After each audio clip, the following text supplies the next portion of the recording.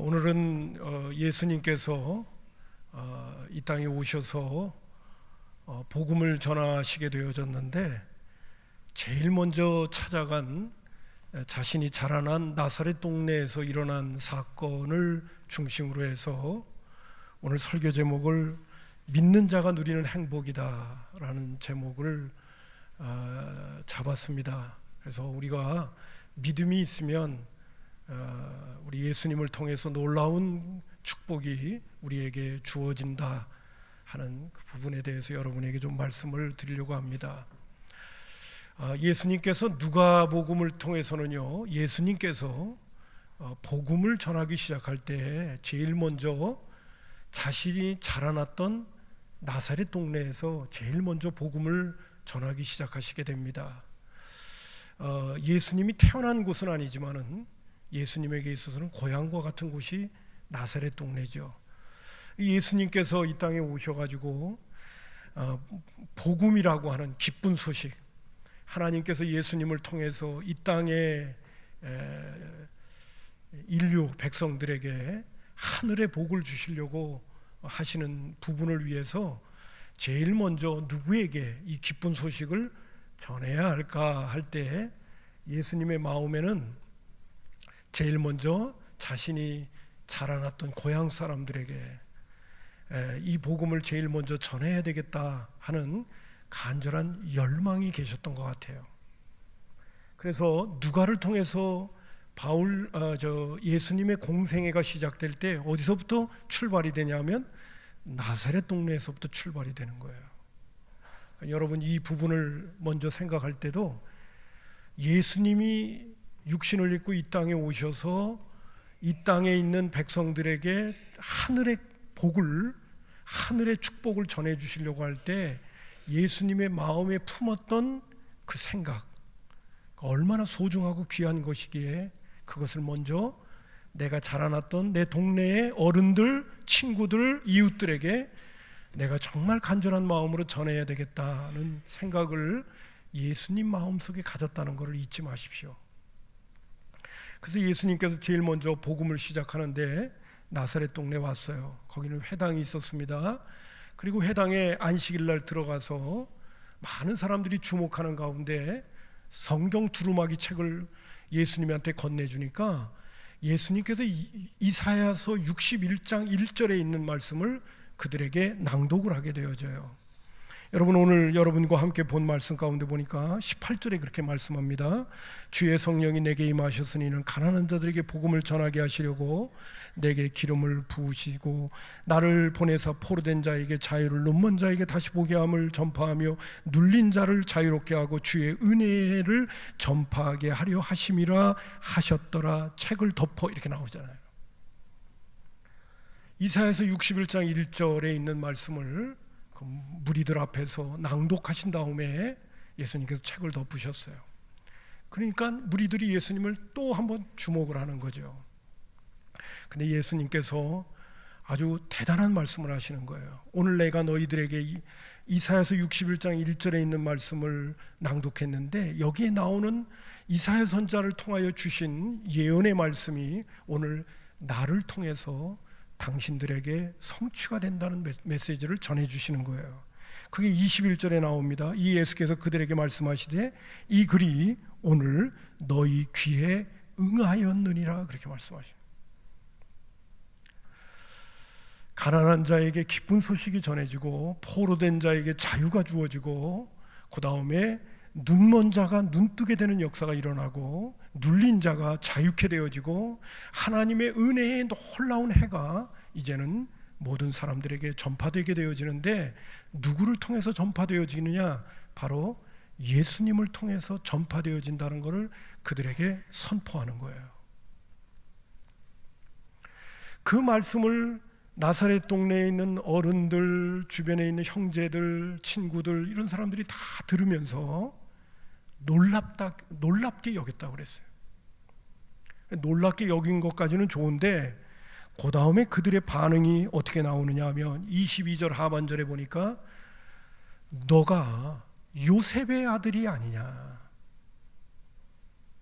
나는 네 아버지를 알고 있고 너의 엄마를 알고 있고 너의 누이를 알고 있고 형제를 알고 있고 동생들을 다 알고 있는데 내가 네가 어렸을 때부터 자라났던 모습들을 다 보고 알았는데 어찌 네가 이사야서 61장에 예언되어진 그 성취를 너를 통해서 이루어진다고 어쩌면 그렇게 선포할 수가 있느냐? 우리는 믿을 수가 없다. 요셉의 아들이 아니냐라고 그들이 대답을 하게 되는 거예요. 마가복음 6장 3절에 있는 말씀은 더 자세하게 우리에게 그 당시에 나사렛 동네에 있는 사람들이 예수님의 말씀에 대해서 반응했던 부분을 봅니다. 이 사람들이 마리아의 아들 목수가 아니냐, 야고보와 요셉과 유다와 시몬의 형제가 아니냐, 그 누이들이 우리와 함께 여기 있지 아니하냐 하고 예수를 배척했다고 그랬어요. 예수님을 거부했다고 그랬습니다. 이사야서 61장에 하나님께서 예언하시고 그것이 성취되어질 그러한 주인공으로 내가 너를 믿을 수가 없다고 나사렛 동네 사람들은 한결같이 그렇게 예수님의 말씀과 예수님 자신을 거부했다고 말해주고 있어요.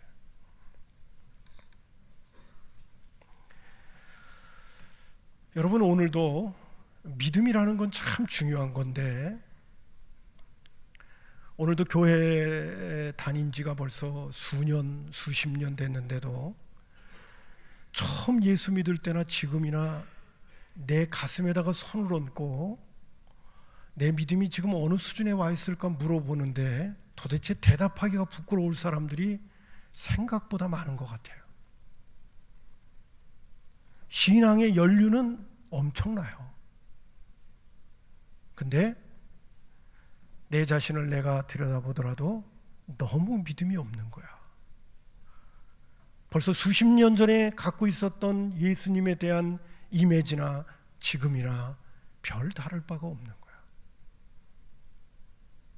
오늘 나는 정말 믿음을 갖고 싶은 의욕군이 있어요. 기대감도 있는데 도대체 믿음이 안 자라는 사람들이 있어요. 믿음이 안 자라는 이유 가운데 큰 이유가 뭐냐 하면요, 하나님이 일단은 눈에 보이지 않기 때문에 그래요. 오늘 우리가 갖고 있는 기본적인 이 성향은요, 눈으로 봐야 되고 귀로 들어야 되고 손으로 만져져야 되고 내 피부로 경험되어질 때에 믿음을 가지려고 하는 기본적인 성향이 있어요. 근데 하나님은 눈에 보이지도 않고 손에 만져지지도 않고 귀로 들려지지도 않고 내가 무슨 체험을 했다라고 하는 것이 뚜렷하게 나에게 주어진 것도 없고, 그러다 보니까 설교 말씀은 많이 들었어요. 성경에 대한 이야기들은 이것저것 많이 주워 삼킬 수 있도록 알고는 있는데 정작 내 안에 믿음은 없는 거야.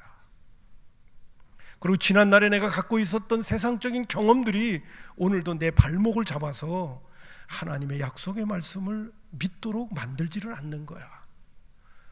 지난주 금요일 날도요, 시스기야의 기도에 대해서 믿음의 식구들하고 한때 설교를 하는데, 시스기야 왕이 아수르 나라가 쳐들어와 가지고 북이스라엘은 벌써 망했어요. 가장 신흥 제국으로 등장해 가지고 강력하게 주변에 있는 국가들을 전부 다 정복하고, 그리고 남유다까지 쳐들어와 갖고 주변에 있는 성들은 다 점령을 한 다음에 예루살렘만 남겨놓고 있어요. 그래서 랍사게라고 하는 신하를 보내가지고 이스라엘 나라야, 전쟁 벌리지 말고 지금이라도 항복하면 내가 너희들에게 좀 은혜를 베풀 테니까 지금이라도 너희들 고집 부리지 말고 항복하고 예루살렘 성에서 나와라, 그런 메시지를 전해주는 거예요. 그렇다면요, 주변에 있는 나라들이 다 정복당하고 그리고 남유다를 쳐들어와 갖고 주변에 있는 성들도 다 정복당하고 그리고 예루살렘만 남았는데, 그래서 제가 금요일 날 그랬어요. 나 같으면 얼른 항복하고 우리 좀 잘 봐달라고 그랬을 것 같다는 얘기까지 했어요. 히스기야 왕은 여호와의 성전에 들어가서 하나님 앞에 기도하기 시작하는 거예요. 항복하지 않고 왜 하나님 앞에 성회에 들어가서 기도할까요? 아수르나드가 아무리 강대한 나라라 하더라도, 아무리 강대한 신을 갖고 있다 하더라도 히스기야 왕은 죽으면 죽을지언정이라는 부분이 그 밑바닥에 깔려 있으면서 내가 믿는 하나님은 아수르 나라보다 강하다는 걸 믿었던 거예요. 그래서 예루살렘 성전에 들어가서 하나님 앞에 도움을 청하는 거죠. 하나님이 지금 이렇게 모욕을 당하고, 하나님 지금 이렇게 우리가 어려움을 당해서 일촉즉발의 위기 속에 지금 우리가 놓여져 있습니다. 하나님 우리를 좀 살려주시고 우리를 도와달라고 이스라엘 백성들에게 기도를 부탁하면서 히스기야 왕이 성전에 들어가서 하나님 앞에 기도하는 거예요. 이사야 선지자에게 기도도 부탁하고. 근데 그 다음 날 아침에 여호와의 사자가 등장해서 아수르 나라의 18만 5천 명을 하루 아침에 시체로 만들어 버렸다는 말씀이 나오는 거예요.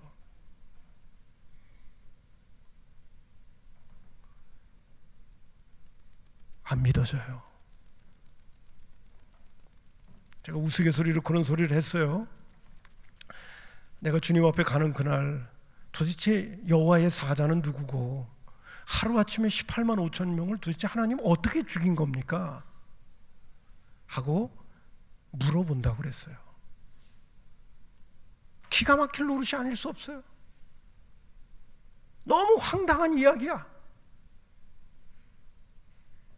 그런 얘기가 성경책에 여기저기 기록되어져 있어요. 여러분 믿어야 돼요? 안 믿어야 돼요? 안 믿는 사람 투성입니다.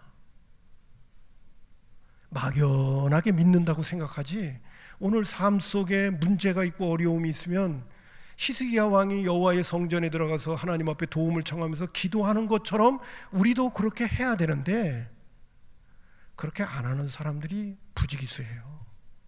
이유는 뭡니까? 믿음이 없으니까. 내 인간적인 수단과 방법을 동원해서 문제를 해결해 보려고 발버둥 칠지언정 하나님 앞에 나아가서 하나님 앞에 독대하면서 기도하며 하나님께서 내 문제를 해결해 주실 거라고 하는 확신을 가지고 기도하는 사람이 얼마나 되겠어요? 그러한 온전한 믿음을 가지고 주님을 바라보는 사람이 그렇게 쉽지는 않을 것 같아요. 왜 제가 여러분에게 구약에 나왔던 한 인물에 대한, 왕에 대한 이야기를 드리냐면, 가슴에다가 손을 얹고 내 믿음이 지금 어느 수준에 있는가를 다시 한번 점검해 봤으면 좋겠다는 거예요. 우리는 너무 하나님을 믿고 영원한 천국을 믿고, 그리고 믿음 안에서 살고, 오늘도 하나님이 기적을 베푸시면 죽은다도 살아나고 없는 것도 있게 하시고 역사를 이루시는 능력 많으신 하나님이라는 것을 입술로는 고백할 수 있고 생각으로는 고백할 수 있을런지 몰라도 내 현실 속에서는 그렇게 고백할 수 있는 삶이 나에게 있을 수 있느냐라고 할 때 우리의 믿음이 생각보다 너무 연약하다는 거죠. 오늘 제가 나사렛 동네의 그 어른들과 사람들이 예수님께서 이사야서 61장 1절을 인용하면서 이것이 오늘날 너희에게 응했다고 할 때 그분들이 하는 이야기가 우리는 널 안다. 지난날의 나의 경험, 지난날의 나의 지식, 지난날의 나의 그러한 갖고 있는 고정관념, 그런 생각들, 그것이 오늘도 나로 하여금 하나님의 약속의 말씀을, 또 성경에 기록한 하나님의 말씀을 온전히 받아들이도록 만드는 데 있어서 내 안에 너무 거부 반응이 많은 거예요. 저는 성경을 읽을 때마다 정말 하나님 앞에 기도할 때가 많습니다. 하나님, 너무 믿음이 없습니다.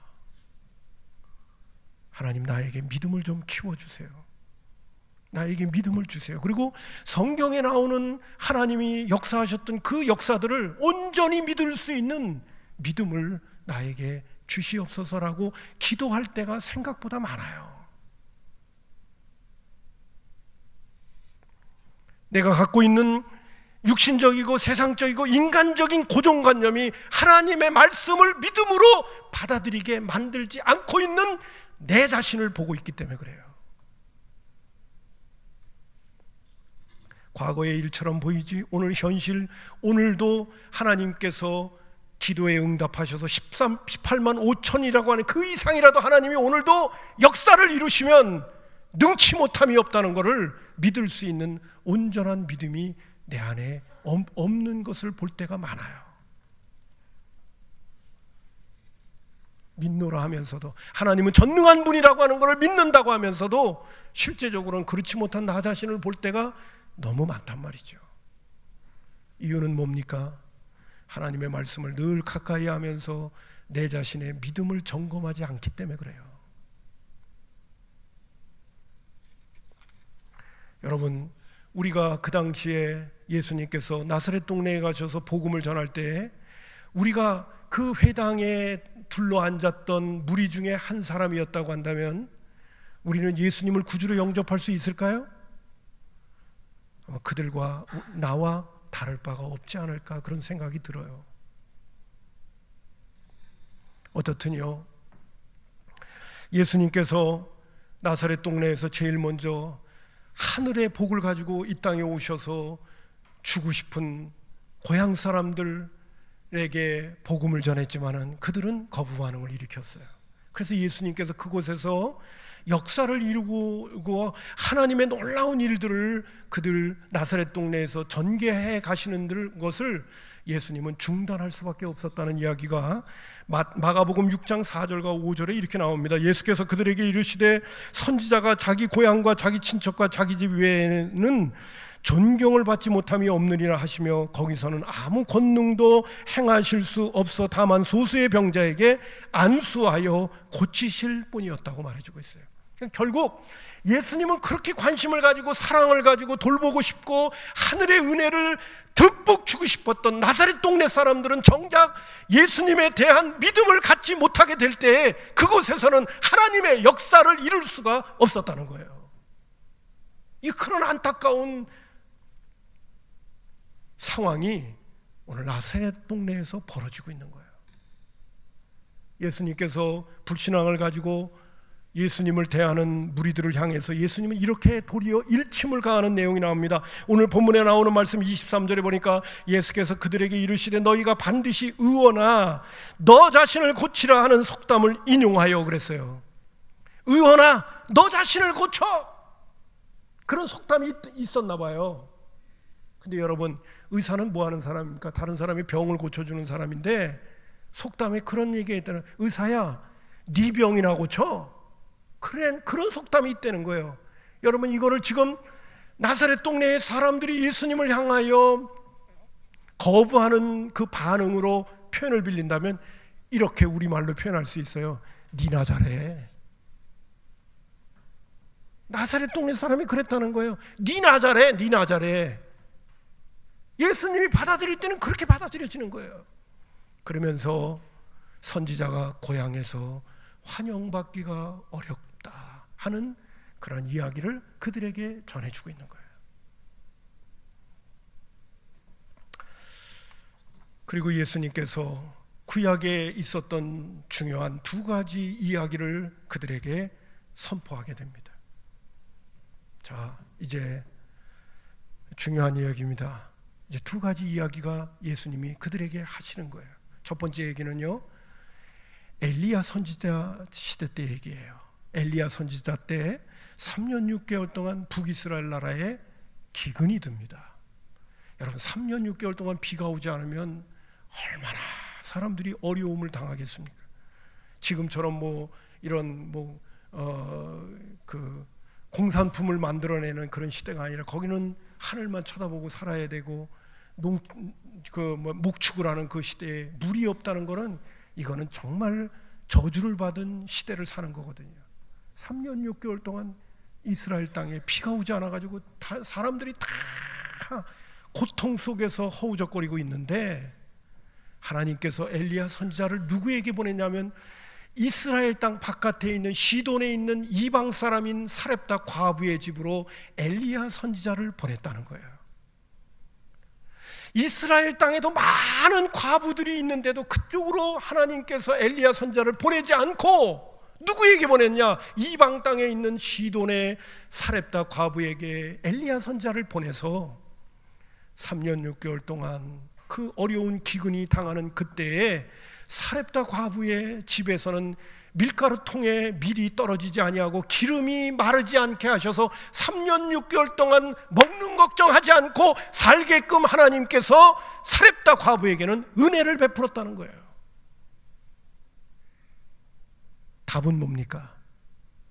사렙다 과부는 이방인 여인이었지만 그에게는 하나님을 향한 믿음이 있었다는 거예요. 도리어 하나님의 선민이고 나는 너희 하나님이 되고 너희는 내 백성이 되리라고 했던 이스라엘 사람들에게는 정작 하나님의 은혜가 임하지 않았다는 거예요. 이거 참 억울한 일이 아닐 수 없는 거예요. 또 하나는 엘리사 시대에 이스라엘 나라에는 많은 나병 환자들이 있었다는 거예요. 문둥병자들이 있었다는 거예요. 불치의 병에 걸려서 고통당하면서 죽어가는 이스라엘 백성들이 있었는데 엘리사 선지자의 손길을 통하여 이스라엘 땅에 있는 문둥병 환자들은 고침을 받은 사람이 한 사람도 없었다는 거예요. 근데 아람 사람, 시리아 사람 나아만 장군은 이방인의 나라의 장군이었는데 그는 엘리사 선지자를 통하여 그 문둥병에서 고침을 받는 놀라운 축복을 얻었다는 거예요. 이유는 뭐예요? 그는 믿음으로 하나님을 바라봤기 때문이라는 거예요. 이 이야기를 예수님께서 나사렛 동네 회당에 모여 있었던 고향 사람들이 예수님을 배척하게 될 때 예수님께서 안타까운 마음으로 그들에게 주신 메시지였어요. 여러분, 오늘도 우리가 믿음으로 주님을 바라보지 않고 믿음으로 하나님을 의지하지 않으면 하나님께 무한한 자원이 있고 하나님께 무한한 풍성함이 있더라도 그것이 내 것이 되지 않는다는 사실을, 그거를 꼭 믿으시기를 바랍니다. 내가 하나님의 축복의 대상으로 있음에도 불구하고 내가 믿음을 발휘하지 아니하면 아무리 내가 선민이고 이스라엘 백성이고 내가 교회를 수십 년 다니고 내가 믿음 생활을 그렇게 오랫동안 하고 내 나름대로 뭔가를 했다 하더라도 내 안에 믿음이 없다면, 주님이 인정하실 만한 믿음의 사람으로 내가 오늘 살지 못한다면 하나님의 은혜와 축복의 주인공으로 살 수는 없다는 것이에요. 나는 우리 성산의 가족들이 정말 주님이 인정하시는 축복의 주인공이 되는 믿음의 사람들이 될 수 있기를 주님의 이름으로 축원합니다. 믿음의 사람, 믿음의 사람. 그러면 여러분 생각을 해보세요. 오늘도 예수님을 나의 구주로 영접하고 내가 오늘도 믿음의 사람으로 살게 되어진다면 어떤 축복이 주어질까요? 두말할 것도 없이 오늘 본문에 나오는 말씀 가운데 예수님께서 이사야서 61장 1절에 있는 말씀을 인용하시면서 가난한 자들에게 기쁜 소식이 전해지고 포로된 자가 자유하게 되어지고 눈먼 자가 눈을 뜨게 되어지고 그리고 눌린 자가 자유하게 되어지는 은혜의 해가 전파되어진 그것이 그대로 믿는 자들에게는 주어지는 축복이 되지 않겠습니까? 할렐루야. 오늘도 예수님을 나의 구주로 영접하고 그분을 정말 믿는다면 이사야서 61장 1절에 예수님께서 그 말씀을 낭독한 다음에 이 말씀이 너의 귀에 응하였느니라, 이제 나를 통하여 이 약속이 성취되어진다라고 하는 그 자체가 오늘 저와 여러분의 축복이 되지 않겠냐 하는 거예요. 할렐루야. 자, 그러면 여러분, 가난한 자에게 기쁜 소식이 전해진다는 게 무엇일까요? 여러분, 가난이라고 하는 거는요, 저는 예전에 가난하다 그래서 무조건 없이 부족한 이런 그 가난만 생각을 했는데 언제부터 그런 생각을 가졌어요. 가난이라고 하는 것도요, 내가 가난함에도 불구하고 다른 사람이 볼 때 저 사람 가난해, 근데 내가 가난하다고 여기지 않으면 가난하지 않은 거예요. 몇 해 전에 세계 전부 통계 자료를 내면서 행복 지수가 제일 높은 나라가 어디냐고 그래서 발표를 했는데 행복지수가 제일 높은 나라가 가장 가난한 나라였던 방글라데시였거든요. 저는 방글라데시가 그렇게 가난하게 산다는 것보다 참 그 나라 참 불쌍하다, 불행하다 뭐 이런 생각을 가졌는데 행복지수가 나올 때 아주 그냥 뒤통수 얻어맞는 기분이었어요. 세계에서 가장 행복한 나라가 어느 나라냐? 방글라데시라니까요. 그러니까 그들은 자신들이 가난하게 살고 있더라도 그 가난이 가난이라고 생각이 들지 않는 거예요. 그것을 가난이라고 생각한다면 어떻게 행복지수가 1위가 나오겠어요? 그러니까 가난이라는 얘기는요, 한마디로 표현한다면 항상 내가 아무리 풍요로운 걸 갖고 있더라도 내 속에 항상 부족을 느끼는 거예요. 그리고 다른 사람과 나를 비교하면서 물질에 대해서도 그렇고 열등의식을 느끼는 거예요. 이런 사람은요, 그 사람이 바로 가난한 사람이에요. 부족을 느끼고, 그리고 부족 때문에 원망, 불평, 짜증, 좌절 이런 마음을 늘 갖고 부정적인 마음을 가지고 살아가는 사람, 그 사람이 가난한 사람이에요. 오늘날 우리 주변에는 정말 사람들이 그런 얘기를 해요. 5,000년 대한민국 역사 가운데서 지금처럼 잘 사는 때가 없었다고 그렇게 얘기하면서도 우리 주변에는요, 스스로 자기의 부족을 느끼면서 열등의식을 느끼고 사는 사람들이 얼마나 많은지 몰라요. 우리는 너무너무 잘 살고 있는데도 불구하고, 여러분, 가난한 자들에게 기쁜 소식이 전해진다는 것은, 이거는 절대적 빈곤에 대한 이야기가 아니라 오늘도 자기의 부족을 느끼면서 열등의식을 느끼고 원망하고 불평하고 짜증내면서 그리고 좌절하면서 살아가는 자들에게 우리 예수님의 은혜가 임하게 되면 세상이 주지 않는 진정한 만족을 누리게 되어지는 축복의 주인공이 된다는 것을 말씀하고 계시는 거예요. 저는 찬송가 94장에 보면 주 예수보다도 귀한 것은 없네, 이 세상의 명예와 부귀와 그리고 더 중요한 건 거예요. 이 세상의 행복과도 바꿀 수가 없다고 그랬어요. 주 예수보다도 귀한 것은 없네, 이 세상 행복과 바꿀 수는 없네. 여러분, 이 세상의 행복이 뭔지 아시잖아요. 그거와 바꿀 수 없는 분이 예수님이라고 그랬어요. 우리가 참으로 예수님을 나의 구주로 영접하고 참 믿음을 갖고 있으면 우리 안에는 세상이 주지 않는 기쁨과 복된 소식으로 인하여 감사하면서 살아갈 수밖에 없는 은혜가 있게 되는 줄로 믿습니다. 여러분, 이것을 소유할 수 있어야 돼요. 믿음이 있는 자는 이것을 소유한다는 거예요. 다른 사람과 나를 비교하고 다른 사람이 갖고 있는 것, 다른 사람이 누리고 있는 것과 나를 비교하면서 열등감에 사로잡혀서 그렇게 쩔쩔매면서 살지 않는다는 거죠. 오늘 예수님께서 주시는 말씀, 주의 성령이 내게 임했는데 제일 먼저 주어진 것은 가난한 자들에게 기쁜 소식이 전해지는 거예요. 기쁜 소식이 전해지면 기뻐할 수밖에 없는 거 아니겠어요?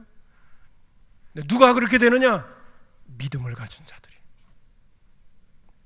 두 번째, 포로된 자에게 자유를 준다고 그랬어요. 여러분, 포로라고 하는 것은 뭔가에 붙들려 있는 걸 얘기해요. 오늘도 우리 주변에 있는 사람들에게는 뭔가에 집착되어져 있는 사람이 있어요. 뭔가에 매여 있는 사람들이 있어요. 요새는 가만히 보니까요, 우리가 이 육체적인 질병도 심각한 문제이긴 한데 이 마음의 질병을 갖고 있는 사람들이 있어요. 죄송한 표현입니다. 제가 다 읽지는 못했습니다만은 이번 달에 여러분에게 소개해주는 예수 믿으면 행복해지십니까? 라고 연탄기를 쓰신 그 이철환 집사님이죠. 그분이 그 책을 쓰셨는데 한 제가 반 정도는 읽었어요. 이분이 7년 동안 연탄기를 글을 써가지고 베스트셀러 중에 셀러가 됐죠. 470만 부가 팔리게 됐는데 10만 부만 팔려도 대단한 거라는데 470만 부나 팔렸어요. 대단한 베스트셀러 작가죠. 그런 사람이 됐는데 이분이 7년 동안 그 연탄기를 쓰다가 너무 과로해가지고 몸에 문제가 생겼어요. 그 문제의 첫 번째가 뭐냐면 이명 증세가 일어난 거예요. 이명 증세는 24시간 소리가 들리는데 그 중에서도 가장 심각한 소리가 무슨 소리냐면 칼날처럼 새를 톱질할 때 나는 삑 하는 소리가 24시간 들리는 거예요. 그것이 들림으로 인해서 우울증이 생기게 되고 불면증이 생기게 되고 자살 충동도 느끼게 되어지고 그리고 마음에 한없는 고통이 찾아오게 되어져요. 여러분 오늘도요 육체적인 질병도 근데 이 이명이라는 거는 병원에 가서 저기 의사하고 상담을 해보는데 이거는 의술로 못 고치는 병이라고 판명이 나버렸어요. 야, 24시간 칼로 쇠톱으로 쇠를 자를 때 나는 그 삑 하는 소리가 24시간 들리는 사람 생각을 해보세요. 끔찍한 거 아니겠습니까? 오늘도 그것이 아니라 연예인들 가운데는요 공황장애라는 게 있어요. 마음에 멀쩡한 사람인데 마음에 병이 있는 거야. 멀쩡한 사람인데 상황이 여의치 않게 되면 이상한 증상이 막 몸에서 나타나는 거예요. 심각한 거예요 이거. 요새 가끔 가다 보면 사람들 또 연예인들 가운데 막 자살한다는 사람들 이런 사람들 보면요 저 사람도 저렇게 잘 나가는 사람이 왜 저래 그러는데 그 사람에게는 마음에 병이 있는 거예요. 여러분 포로된다는 것이 무슨 전쟁을 벌려서 어디에 붙들려 갔다는 그러한 물리적인 것이 아니라 오늘날도 너무 많은 사람들이 뭔가에 붙들려 있어요. 뭔가에 집착되어져 있고 뭔가에 매여 있어가지고 꼼짝 못하면서 살아가고 있는 그런 사람들이 우리 주변에 생각보다 많습니다. 사람에게 집착되어져 있고 편견에게 집착되어져 있고 자기 나름대로 뭔가에 마음이 빼앗겨서 살아가는 그런 사람들을 볼 때가 있어요. 근데요 예수님을 구주로 영접하고 믿음의 사람이 되어지면 포로된 자가 자유함을 얻게 된다는 거예요. 뿐만 아니라 눈먼 자가 눈을 뜨는 역사가 일어난다죠. 여러분 눈 감겨 있는 사람이요 여러분 살아가는 삶의 모습을 보게 되면 일단은 눈이 감겨져 있는 사람이 길을 걸어가게 되면 마음이 불안한 거예요. 어디 부딪힐까 봐. 눈 감긴 사람이 눈먼 사람이 길을 걸어가게 될 때는 마음에 불안이 있고 마음에 두려움이 있고 마음에 염려가 있는 거예요. 여러분 우리는 육신의 눈을 떴다 하더라도 저 앞에 놓여져 있는 미래가 내 눈에 보이지 않기 때문에 늘 불안 가운데 늘 두려움 가운데 늘 염려 속에 살아가는 사람이 있다면 그 사람은 눈먼 사람입니다. 눈뜬 사람은 그렇게 안 살아요. 이것이 육신의 눈을 이야기하는 것이 아니라 영의 눈을 이야기하는 거예요. 여러분 우리가 잘 아는 것처럼 성경을 들여다보고 성경 말씀 속에서 우리에게 약속하신 하나님의 말씀을 믿음으로 받아들이게 되어지면 인간은 어디서부터 왔으며 무엇 때문에 살며 어디로 가는 것이 자명하게 나와 있는 것이 성경 말씀이에요. 인생의 문제에 있어서 풀 수 없는 모든 문제가 성경 말씀 가운데 그 답이 다 있어요. 그렇기 때문에 믿음의 눈을 뜨고 성경을 바라보는 사람은 두려울 수가 없죠. 다 알고 있는데 죽음까지도 두렵지 않은데 왜? 죽음 너머의 세계가 믿어지는데. 오늘 인생을 살아가는 많은 사람들은 오늘도 인간이 어디서부터 왔는가, 무엇 때문에 사는가, 어디로 가는지를 모르고 방황하고 있는데, 그리고 그것을 어디서 답을 얻지도 못하고 쩔쩔매고 있는데 성경에는 그 답이 다 나와 있는 거예요. 그래서 성경을 보면요 신나는 거예요. 제가 곧잘 여러분에게도 말씀을 드리잖아요. 오늘도 사도신경을 외웠잖아요. 몸이 다시 사는 것과 영원히 사는 것을 믿사옵나니 이 말씀만 믿어도 예수 믿는 사람들처럼 행복한 사람이 어디 있겠어요? 네, 안 믿어. 입술로만 믿는 거예요. 가슴으로 안 믿어. 그러니 예수를 믿더라도 나는 왜 예수 믿었는데 이렇게 행복하지 않지? 그런 얘기만 하는 거죠. 여러분, 포로된 자가 자유하게 되어지고 눈먼 자가 눈을 뜨는 역사가 일어난다는 사실을 예수님을 통해서 주어지는 복음임을, 믿는 자가 누리게 되어지는 축복임을 여러분 받아들일 수 있기를 주님의 이름으로 축원합니다. 눈 먼 자가 눈을 뜨는 거예요. 육신의 눈을 뜨는 게 아니라, 소경이 눈을 뜨는 게 아니라 영 안의 눈을 뜨는 거예요.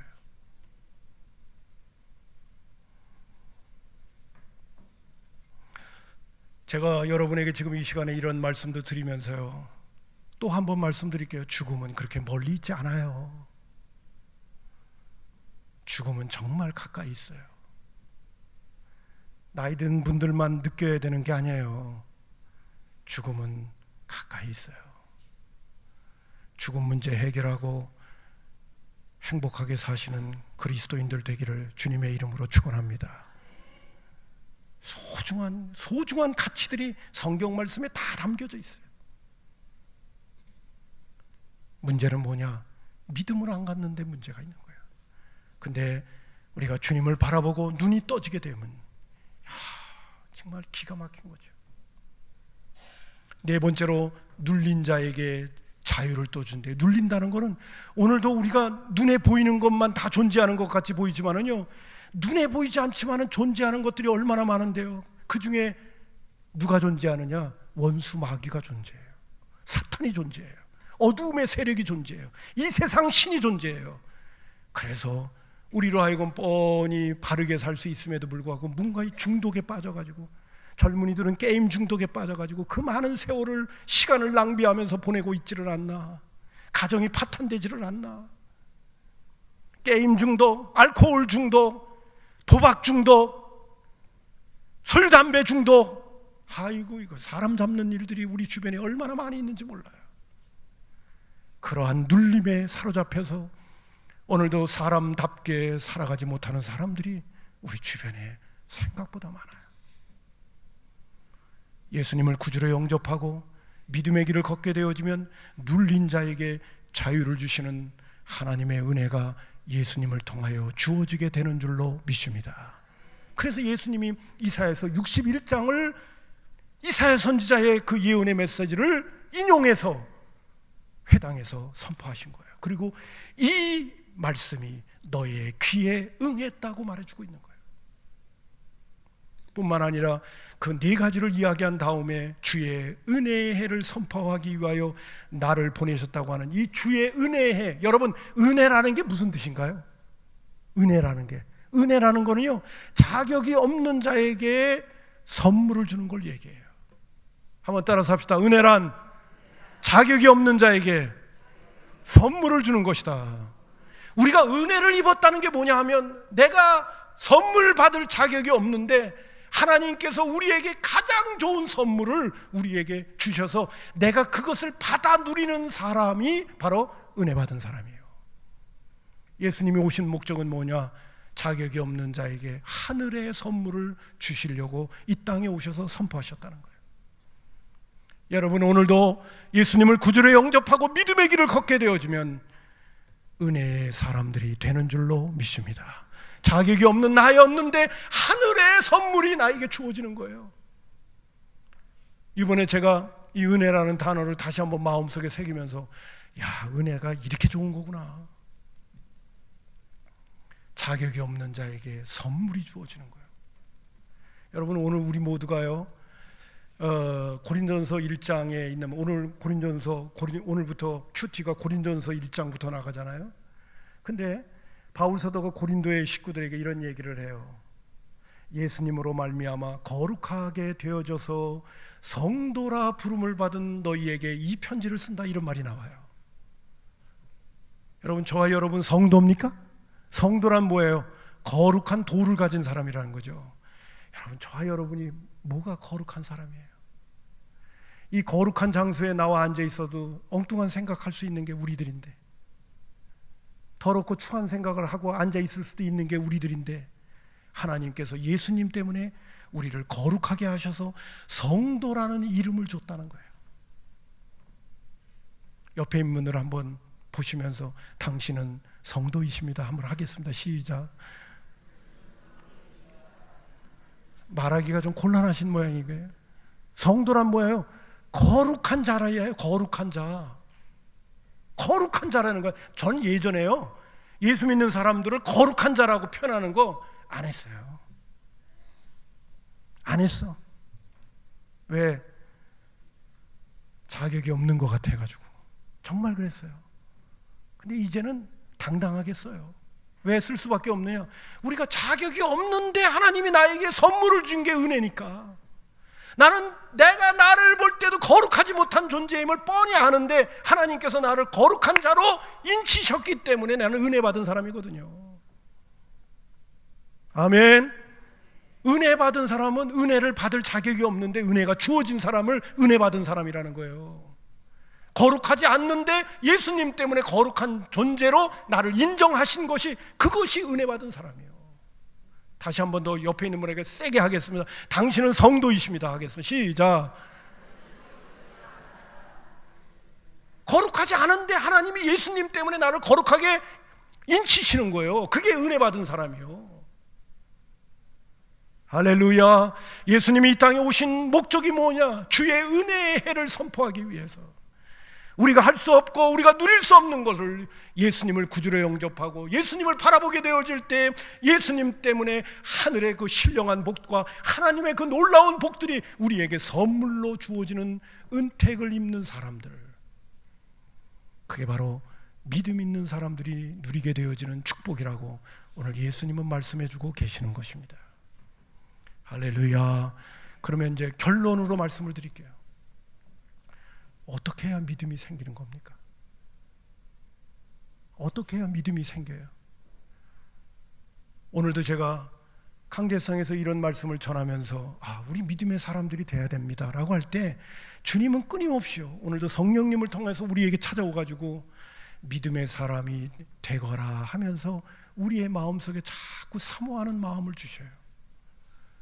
내가 이 정도의 믿음 가지고는 안 되고 온전한 믿음, 건강한 믿음, 그리고 살아있는 믿음을 가지고 주님을 섬겨서 하나님의 은혜와 축복의 주인공이 돼야 되지. 그 성령님께서 끊임없이 우리에게 사모하는 마음을 주시는데 그걸 내가 맨날 그거를 거부하고 사장시키고 무관심하게 두기 때문에 문제가 되는 거예요. 그래서 믿음이 안 자라는 거예요. 첫 번째는 우리가 믿음의 사람이 되려면 사모하는 마음을 가져야 돼요. 할렐루야. 여러분, 전도서 3장 11절에도 하나님이 모든 것을 지으시되 사람에게 영원을 사모하는 마음도 주셨다고 그랬어요.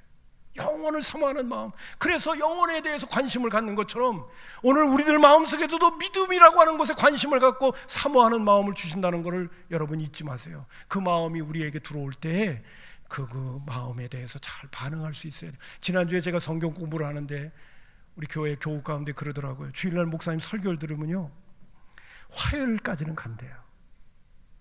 그 약발이 화요일까지는 간대. 근데 수요일 가면 사그러든대. 그래서 제가 속으로 혼자 생각했습니다. 화요일까지 가니 다행이다 내가 그랬어요. 예배 마치고 나가자마자 다 사그러드는 사람도 많아요. 여러분, 믿음의 사람이 되려면 사모하는 마음을 가질 수 있기를 주님의 이름으로 축복합니다.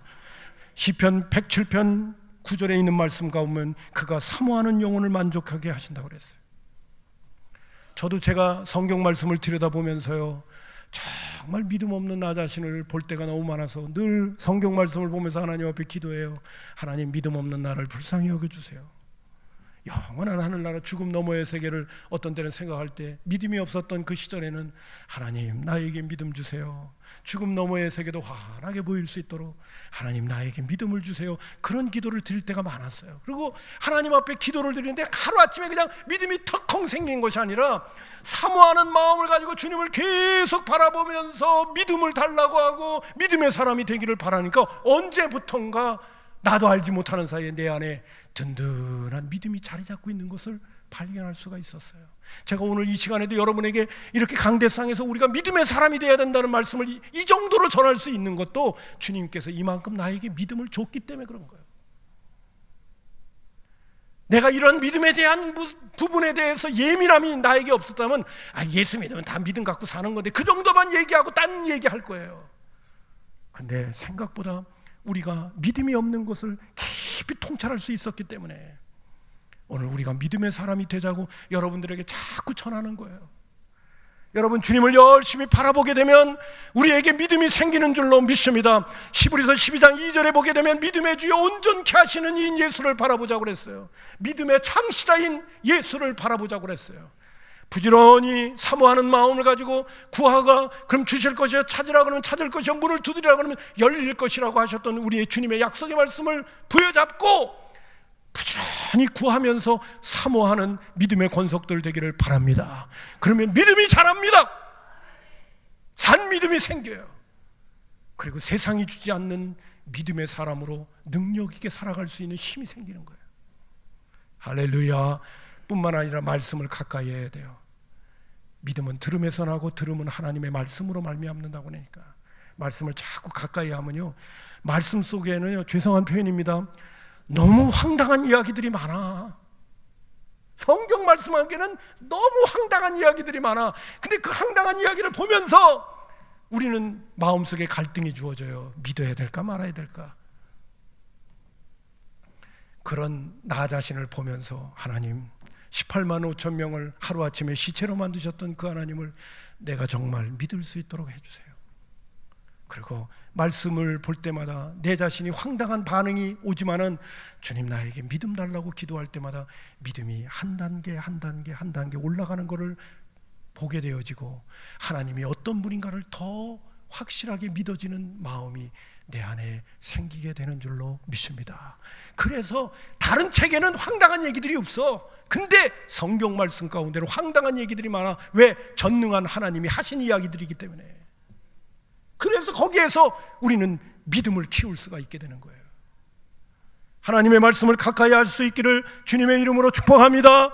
마지막으로 한 가지 더. 그건 뭐냐면 내 주변에 믿음의 사람이 되려면요, 내 주변에 믿음이 있는 사람들이 있어야 돼요. 잠언 27장 17절에 보면 철이 철을 날카롭게 하는 것 같이 사람이 그의 친구의 얼굴을 빛나게 한다고 그랬어요. 철이 철을 날카롭게 하는 거예요. 내 주변에 믿음이 좋은 사람들을 자꾸 가까이 하게 되면요, 내 믿음이 알지 못하는 사이에게 자라는 거예요. 어떤 사람은 믿음이 있는 것 같은데 주변에 있는 친구들을 보면 한결같이 세상 사람들이야 보니까. 그럼 그 사람 믿음 없는 거예요. 전도하기 위해서 그분과 사귀고 있는지는 모르겠지만은 그것 외에는 정말 내 주변에 좋은 믿음의 사람들이 있어야 돼요. 믿음이라는 것이 항상 좋은 건 아니기 때문에 어떤 때는 굴곡이 있을 때도 있거든요. 그럴 때 옆에 있는 믿음의 식구들이 붙들어주는 거예요. 아무쪼록 여러분, 우리 모두는 믿음의 사람으로 승리해야 될 줄로 믿습니다. 사모하는 마음을 갖고 말씀과 기도와 그리고 내 주변에 좋은 친구들을 두면서 우리가 믿음을 키워가게 되어지면 예수님께서 이 땅에 오신 목적이 가난한 자들에게 기쁜 소식이 전해지고 포로된 자가 자유하게 되어지고 눈먼 자가 눈뜨게 되어지고 눌린 자가 자유하게 되며 은혜의 해를 누리게 되어지는 것이 예수 믿고 누리는 행복이니까 믿음 생활 잘 하시면서 세상이 주지 않는 우리 예수님만이, 하나님만이 주실 수 있는 그 참복을 마음속에 누릴 뿐만 아니라 삶 속에 누려가면서 내 주변에 있는 사람들에게 복음을 전할 수 있는 믿음의 주인공들 다 될 수 있기를 주님의 이름으로 축복합니다. 기도하겠습니다.